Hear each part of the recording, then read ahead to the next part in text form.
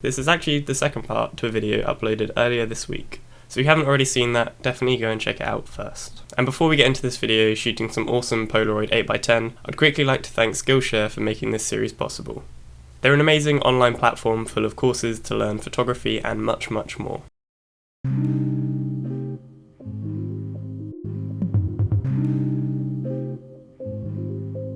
So we just had breakfast at this diner, which we walked past yesterday. We thought it looked pretty classic and cool. Had the best pancakes I've ever had, and it was nice to, super cheap and cool to see somewhere that was like untouched and very American. Top tip for travel photography: when you go and get food, particularly at the bad places, always think of Stephen Shaw and William Eggleston taking those photos of their food on a plate.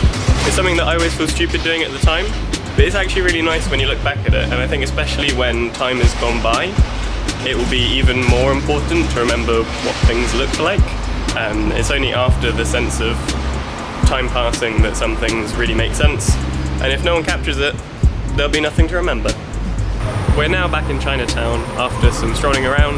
We're just looking for some lunch now. We've been at this crazy gangster jewellery spot, which was quite funny to go to, which we were tipped off by some guys yesterday, which was really cool. We're just looking for some lunch, and then we're heading out to see our friend Devon, who we saw on the first day, who is the big guy at Lomography, the big daddy Devon, and we're gonna go and take some 8x10 instant shots, which should be really cool to see. So, food first, then exciting times.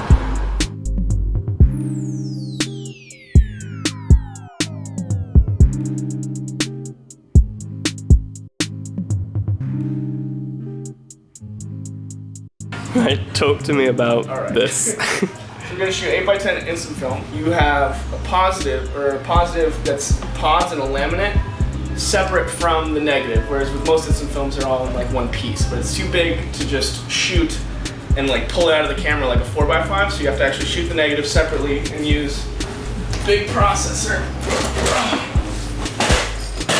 to pull the negative through the rollers to like spread the chemistry.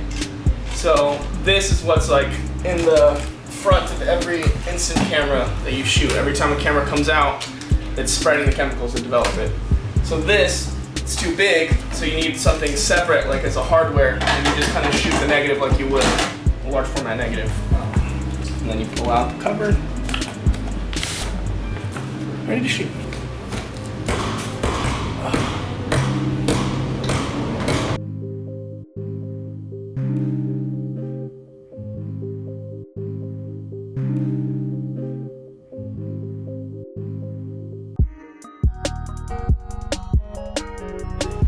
Not fun to waste all of your fucking film to not clean your rollers and get like an unspread photograph.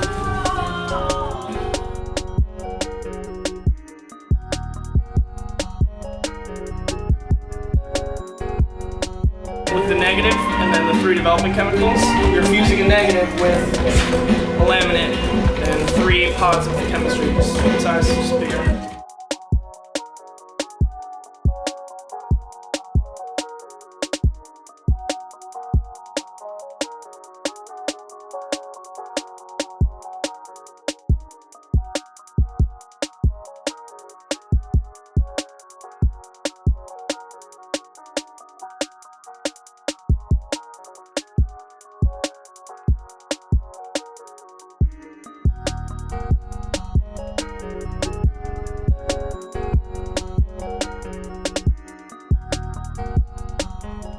So we just got back from visiting Devon's studio, which was really cool. We had the first ever photos that have been taken of both of us.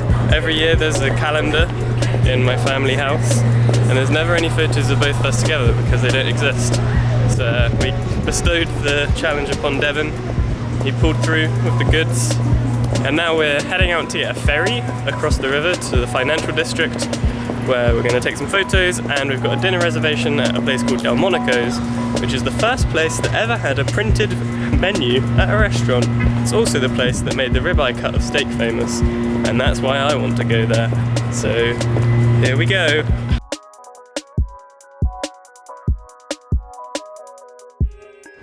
So in the last video I said about using a cheap camera, and this was one that I found at a thrift store for very cheap. Just encountered some issues with it.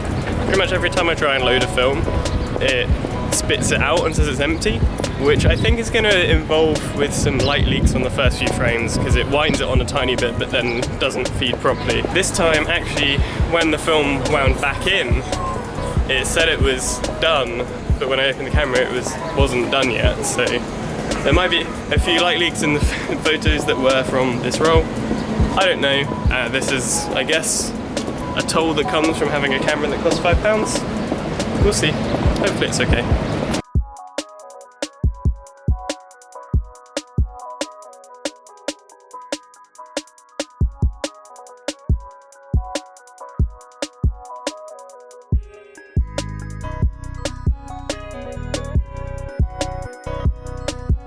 So we just had the meal.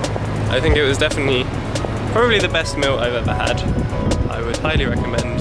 I felt very important and rich until I had to pay, and now I feel poor, but it was worth it. And now we're final stop on the list before tomorrow is cheesecake. So after a very delightful cheesecake, that was pretty much the end of the day and the trip. We just kind of had a half day where the weather wasn't as good and we just had to mill around a bit before our flight, which was in the evening.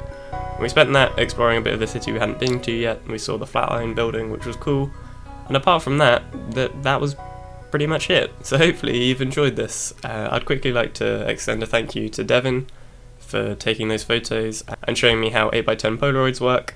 I thought it was really interesting, and hopefully you did too.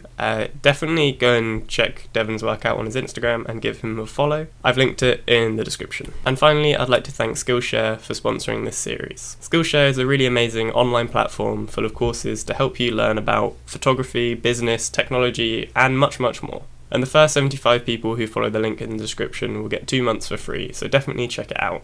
Personally, I'd recommend some of the courses by my good friend Dan Rubin, and there's also some great ones by Trash Hand you should check out. So I'll be back very soon with 2 exciting announcements, and yeah, cool. See you then.